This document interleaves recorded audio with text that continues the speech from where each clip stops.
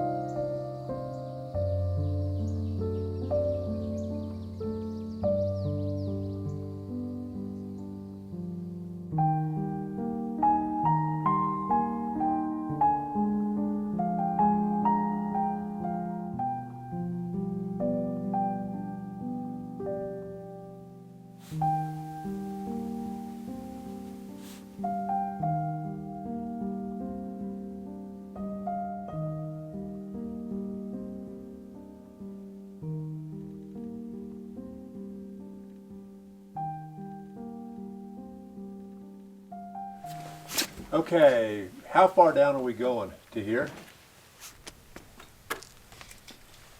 Okay, we should average this. So that's 5.5. Yo! Yo! I didn't know we were working this early. You didn't know we were working? That's what we do over here. Okay, we got more than a load. We got 12 yards. What? Yep. What? How? We didn't even use 8 last time. And don't get that on you, because you about have to sand it off. You might want to get gloves, girl.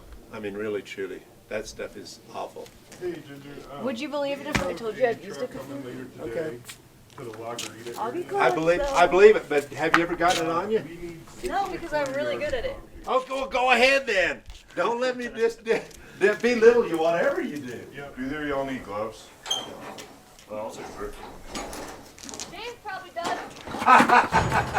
Why are you saying that? Elsa, I think you're amazing. If you get goober on those gloves, I'm going to be glad I told you to put gloves on, but I'm not going to tell you I told you so. 20 inches below this string. So far, so good over here.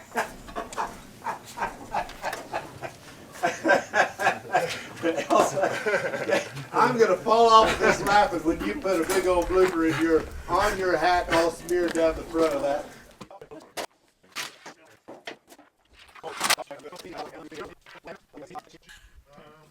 I've got some over at my house.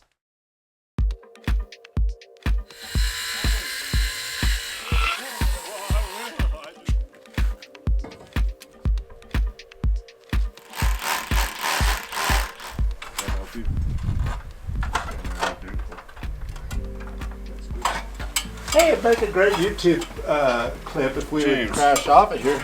No, it wouldn't. Oh, no. And then we wouldn't get our dang Would not, house would done. not. Can't have you That's falling not. off a ladder. You want me to last at least until you get your house built? Ideally, yeah.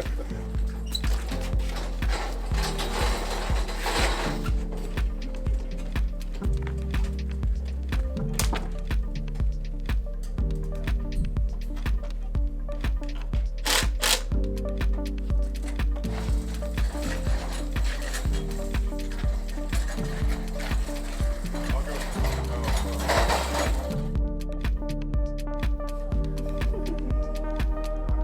fuel, knock that in, knock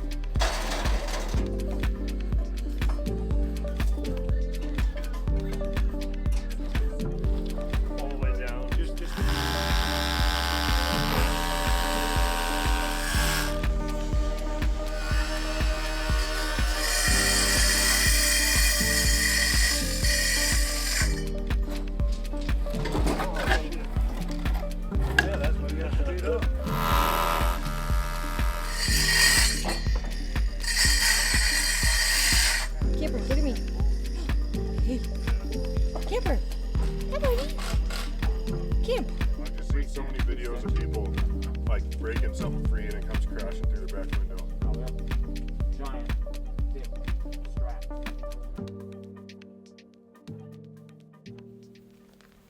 Been getting a lot of questions about our little garden. We had a great foundation of starts from my neighbor Karen that have turned into beautiful edible plants. I'll link a video in the cards of our process of creating these beds. The soil we used was a mix of native soil, potting soil, and compost.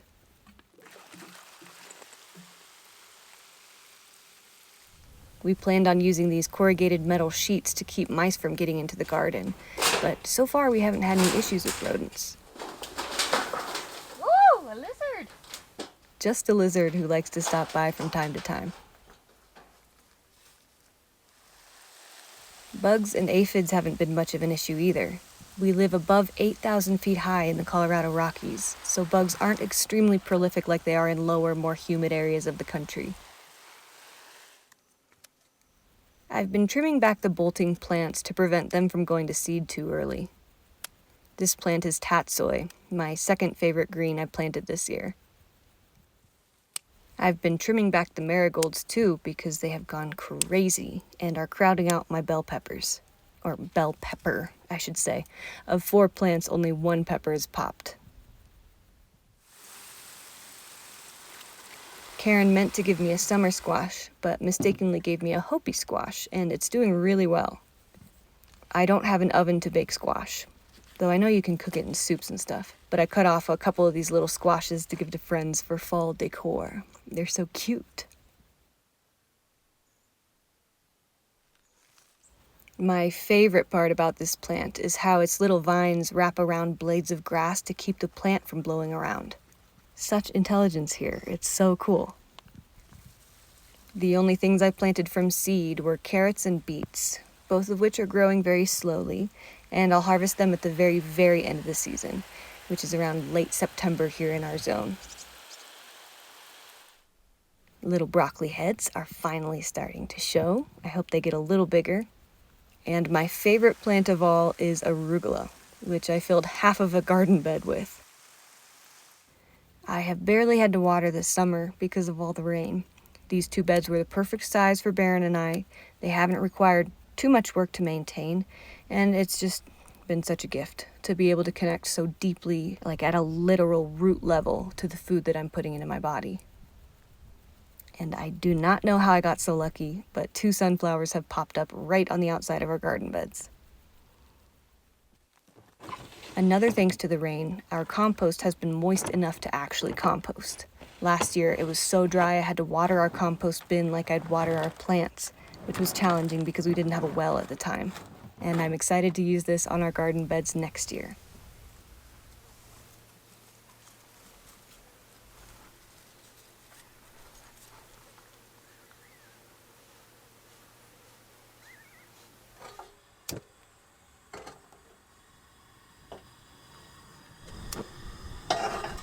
We have a freezer, but we still don't have a fridge. What we do is just swap ice packs from the freezer to the cooler, and it's basically like a fridge.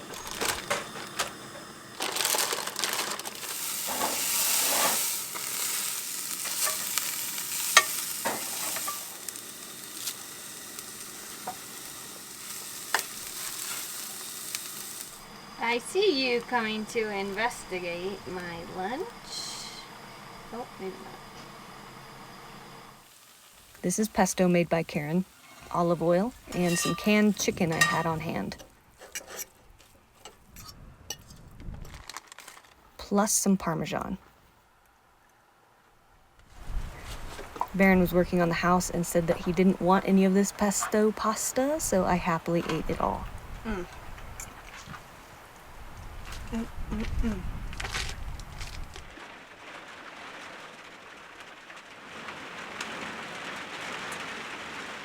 I like it when it rains in here because it sounds so pretty on a container. What are you working on? Nothing. Why not? I should be working on my book, but You're I'm buying not. parts for our dirt bikes. Been researching all the things. I got new lenses for my sunglasses. So that's good. Very important.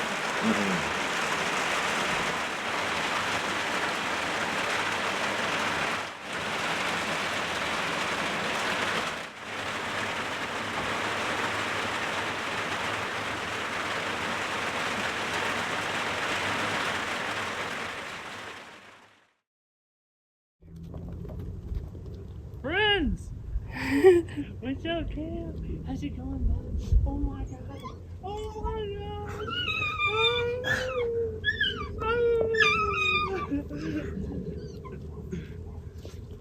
What's up, buddy? Okay. Pressure's really on right now. Concrete truck should be here any minute. And this concrete pour is going to be a lot more significant than the first pour because we're so much higher. And just the very most subtle kind of push on the wall right now could make the whole thing fall down. And I'm making another pot of coffee at 3 p.m. so that we can really be ready. Oh, I see the truck.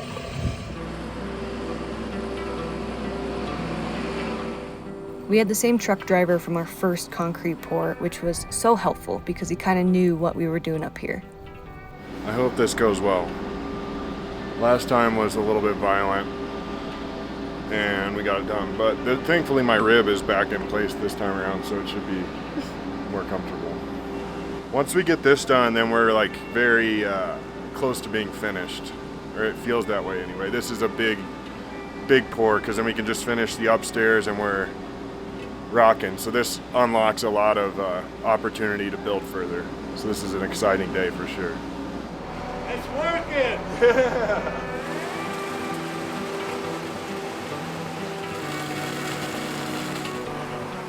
The pouring itself was actually easier than the first time.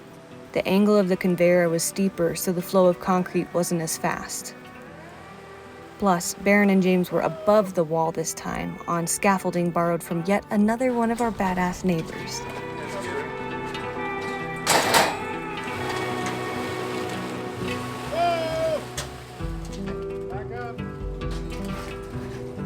What we found most challenging this time, and honestly frightening, was trying to maneuver this giant concrete truck in our tiny little space on our steep little hill without knocking over our walls.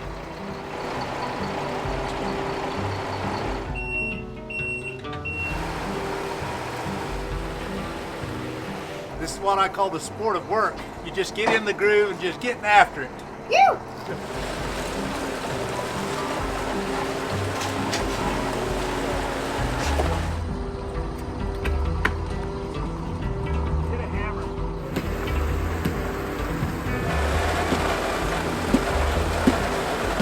I think so too. I think it's getting hard. It is. We're gonna have to call it quits, I'm afraid. Okay, let's just knock it off.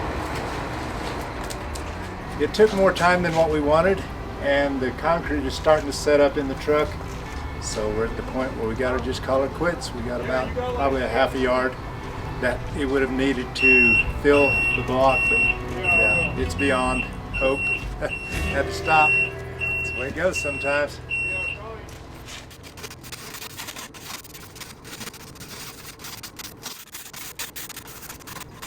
Do like a spin. Oh, You know a spin. Wow, that's a good look. How'd that happen? Oh, it's part of the fun. Right after pouring concrete, I went to refill the stock tank for a bath and found a rattlesnake under the tub. At this point, it's not even startling to see them.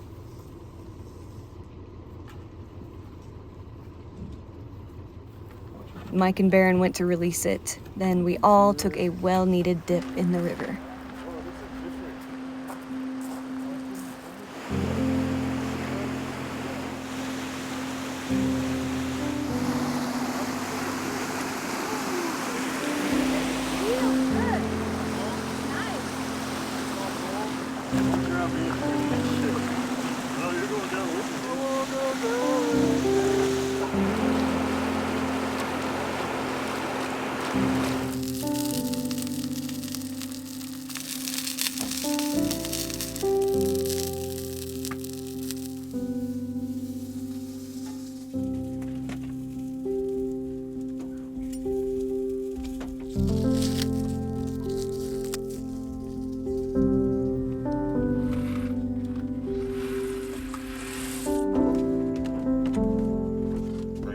Thanks so much for watching this video. And like I said, if there's anyone you think might resonate with this video, this off-grid building, this unique style of building, send it to them. Send it to a friend or a family member. It would help us out a lot. We are racing against winter to finish this little home, at least the shell of it. So we have a lot coming up that you don't want to miss. See you in the next one.